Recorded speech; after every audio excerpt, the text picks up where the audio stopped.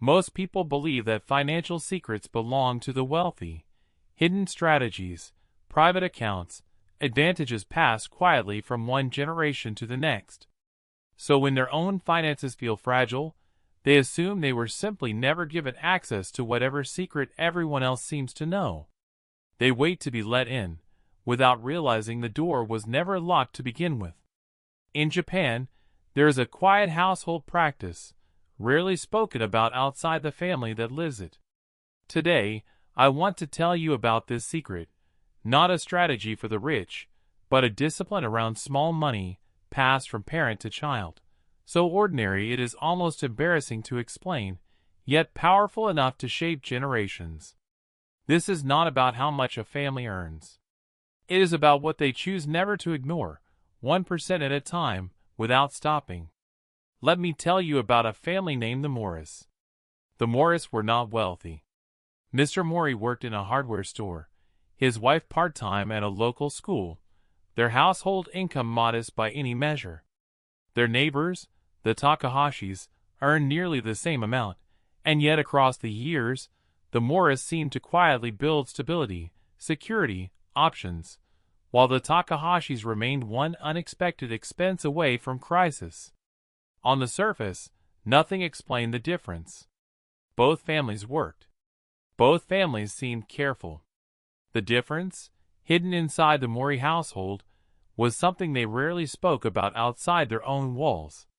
Each evening, before dinner, the family placed any leftover coins from the day into a small box near the kitchen, not loose change to be forgotten, but money treated with quiet seriousness. Their daughter, Emmy, once asked why they bothered with something so small. Her grandmother, who had started the habit decades earlier, said simply, "We do not wait for large money to arrive before we respect money.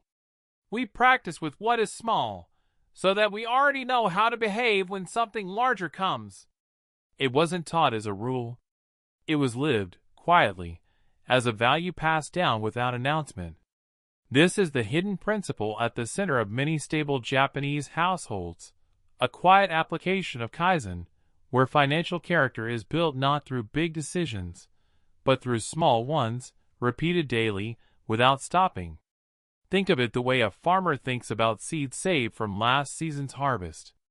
They look insignificant compared to the abundance still to come. But a wise farmer never discards them carelessly, because he understands that every future harvest depends entirely on how seriously he treats these small beginnings today. A household that treats its smallest money carelessly is discarding seeds without realizing it. A household that treats small money with quiet respect is planting, season after season, often without even naming what they are doing. Why does something this small actually create such a lasting difference? Because families rarely fail financially because of one large mistake. They fail slowly, through years of small carelessness that no single moment ever reveals. And here is what most people miss. A household's relationship with small money quietly teaches every family member, especially children, how to relate to all money for the rest of their lives. The common mistake outsiders make is assuming financial stability comes from income level alone. But the Morris and families like them understood something deeper.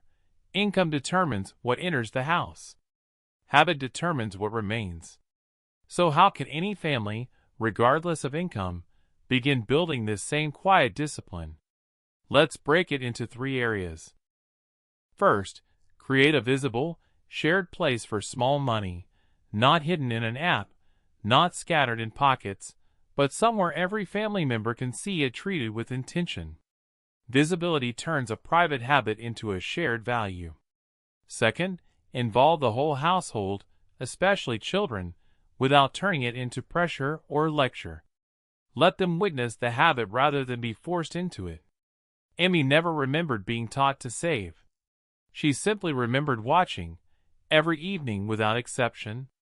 Third, protect the habit even when money feels tight.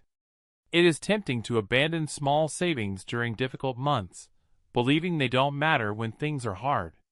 But these are precisely the months the habit matters most, because consistency during hardship is what separates a fragile household from a resilient one. None of these steps require a higher income to begin. None of them will transform a family's finances by next month. And that is exactly why so many households, even hearing this, will continue treating small money as unworthy of attention.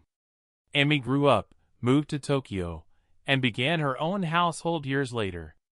Without ever discussing it directly, she found herself doing the same quiet thing her grandmother had done, setting aside small amounts, treating them seriously, teaching her own children through example rather than instruction. She hadn't inherited wealth.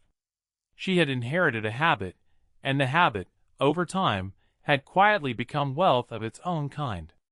This is the choice in front of every household. You can dismiss small money as unworthy of attention, waiting for a larger income before discipline finally begins.